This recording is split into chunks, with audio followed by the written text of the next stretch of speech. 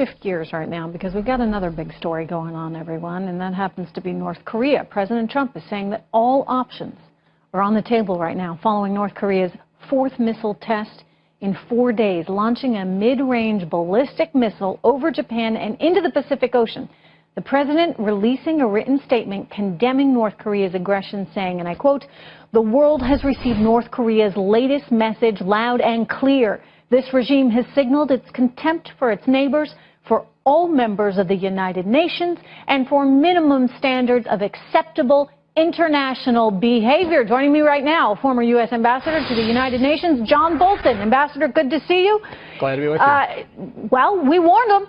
We warned them. So what happens now?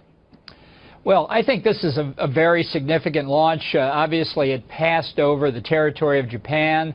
The North Koreans did this for the first time in 1998. The Japanese were outraged at it because obviously a missile that can land in the Pacific can hit territory in Japan itself.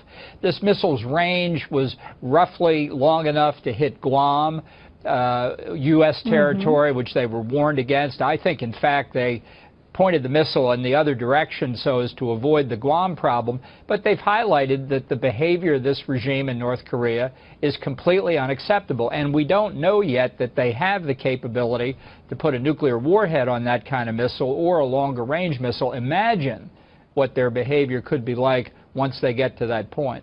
It seemed as though things had quieted down, but I guess you can never trust a regime such as we see in North Korea.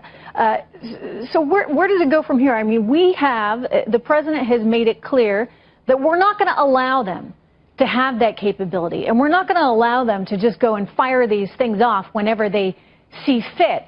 So how do we now reinforce that? How do we, if we've drawn this line in the sand, so to speak, and I hate to use that analogy, but, you know, we've told them, look, we're not going to put up with this, and we're not going to put up with this rhetoric. How do we enforce that now, Ambassador? Yeah. Look, it is a line, and the president used tough rhetoric. He used tougher rhetoric than prior presidents. I think this should be the end of Secretary Tillerson and the State Department saying, let's negotiate with North Korea. We're encouraged that for 2 weeks they didn't fire any missiles. Let's talk to them. That's going nowhere. I think we have limited diplomatic options left, and therefore I think we have to look hard at the military option to take away North Korea's nuclear and ballistic missile capability. I know this is dangerous. It's risky. It's nothing that anybody wishes we had to confront. But let's face it, what's the job of the president? It's to protect American citizens from nuclear blackmail by rogue regimes. And that is the prospect we face, perhaps in a year from now, perhaps less, but from whatever that point is, forever. What would that mean for Seoul? Well, I think obviously that's the principal danger that we're concerned about.